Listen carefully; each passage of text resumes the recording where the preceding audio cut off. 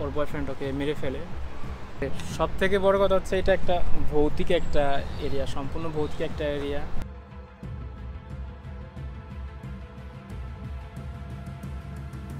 আসসালামু আলাইকুম সবাইকে and welcome to my blog 31। তো 31-এ দেখা হচ্ছে, একই ড্রেস পরেছি। তো আজকে এই ইন্টারলাকেনের ব্লগটা কমপ্লিট করা হয়েছে। এখন আমরা আসছি আর একটা জায়গায়। তো এখন ব্লাউজিতে আসছি, ওই যে দেখা যাচ্ছে আবার শামীম কাকুর সাথে। তো ব্লাউজিতে ভিতরে গিয়ে আমি সব ডিটেলসে বলবো, জাস্ট স্টার্টিং টাইম নিয়ে দিতেছি। সো ইয়া, লেটস গো, যাওয়া যাক।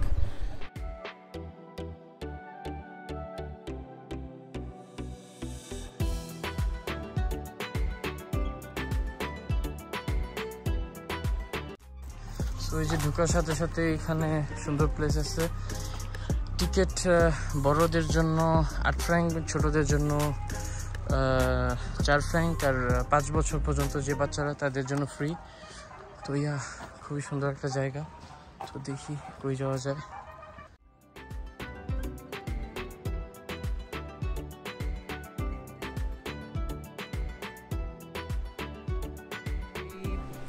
সো গাইজ, আমরা মাত্র আসলাম এই পার্কে বা ব্লাউজি। এক কথায় বললে মার্ভেলাস, এতই সুন্দর। এখানে পানি এতই ক্লিয়ার যে এখানে মাছগুলো দেখা যাচ্ছে। আমার মনে হয় এগুলো মাগুর মাছ, আমার মনে হয়। আমি মাছের সম্বন্ধে কোনো আইডিয়া নেই। অ্যান্ড পার্কটা এমন একটা পার্ক, সেখানে অনেক নিরিবিলি অ্যান্ড ঘুরে দেখা যায়। জাস্ট অনেক ভালো সুন্দর একটা পার্ক। ওয়াও, জাস্ট খুবই নিরিবিলি। অ্যান্ড এখন আমাদের ক্ষুধা লাগছে অ্যান্ড আমরা পেট্রোল পাম্পে পাইছি, বারবিকিউ পাইছি। এখন বারবিকিউ করবো। অ্যান্ড ড্রোন ভিউ তো আসবে অবশ্যই। অ্যান্ড আই হোপ এইখানে কোনো অ্যাক্সিডেন্ট হবে না। তো তো আপনারা ভিউ দেখতে থাকেন অ্যান্ড অতক্ষণ আমরা বারবিকিউ শুরু করি।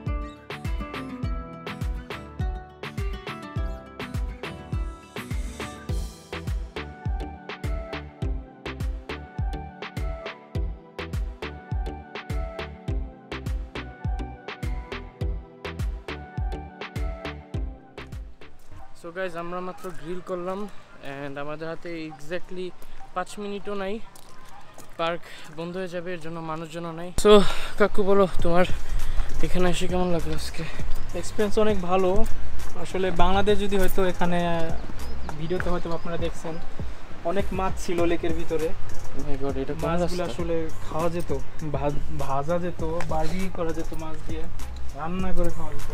লঞ্চের ভিতরে যেমন মাছ রান্না করে, ইলিশ মাছ না, সব মাছ রান্না করে। কিভাবে পানি দিয়ে একজনে কাজ সারতেছে পিছনে, লঞ্চের পিছনে, আর একজন ওই পানি দিয়েই রান্না করতেছে।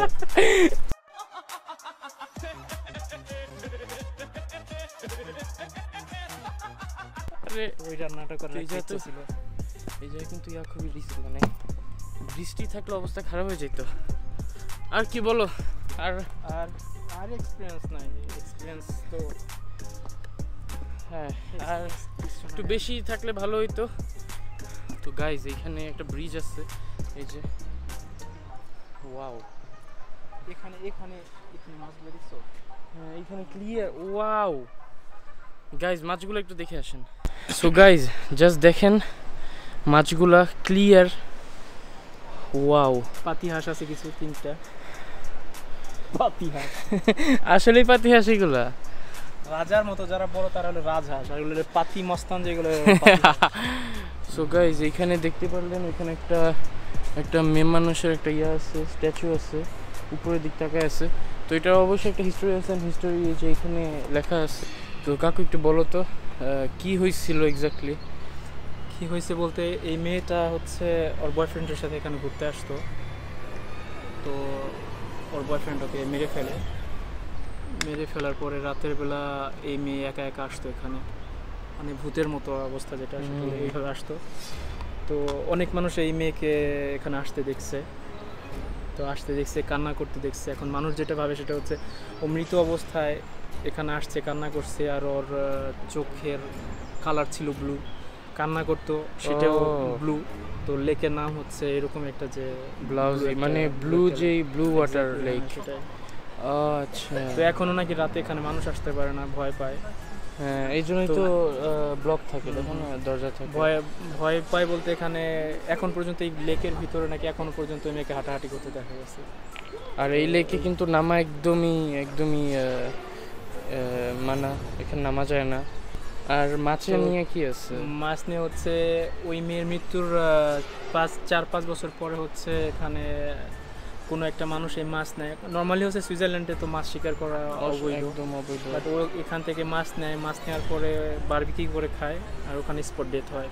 তো এই জন্য হচ্ছে মাছ এখানে ধরা নিষেধ।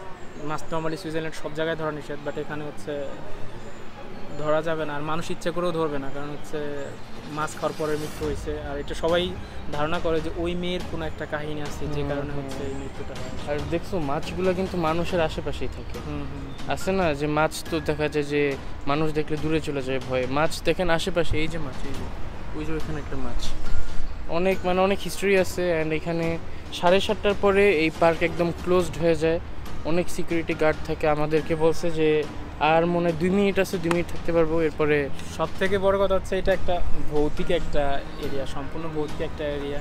আসলে আপনি যখন দিনের বেলা যদি কখনো আসেন তাহলে আপনি কল্পনা করতে পারবেন এটা একটা ভৌতিক এরিয়া, কারণ এখানে হচ্ছে মানুষ, সব জায়গায় মানুষ থাকে। রোমান্টিক কাপল আসে এখানে, সব আসে, বাট ওদের ভিতরে ভয় থাকে আসলে যে এখানে অনেক কিছু হয়েছে।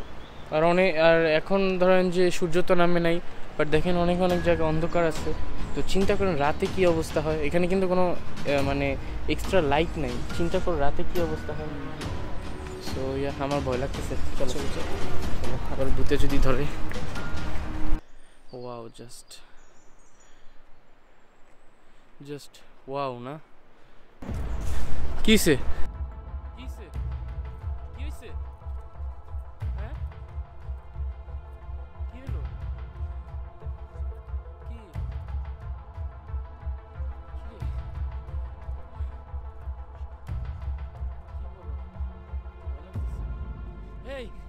কাকা আমার নিয়ে যাও।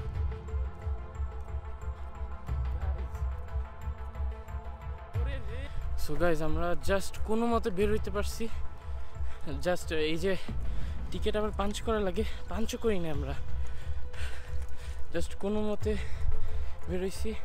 আল্লাহ না করে এই প্লেসে যেন আর কখনো না আসতে হয়।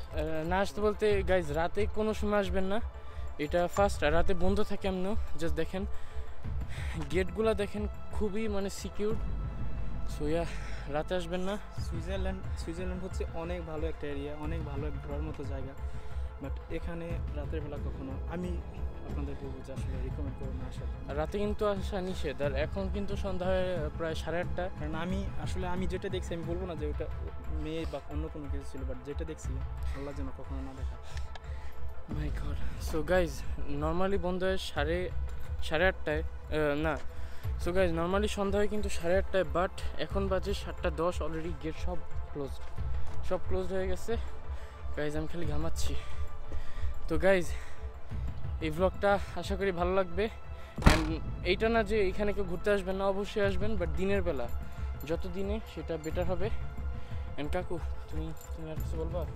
কিছু বলার নেই, না। আল্লাহ হাফিজ। সো গাইজ, সবাই ভালো থাকবেন এবং সুস্থ থাকবেন। দেখা হচ্ছে ব্লগ 33-তে। আল্লাহ হাফিজ।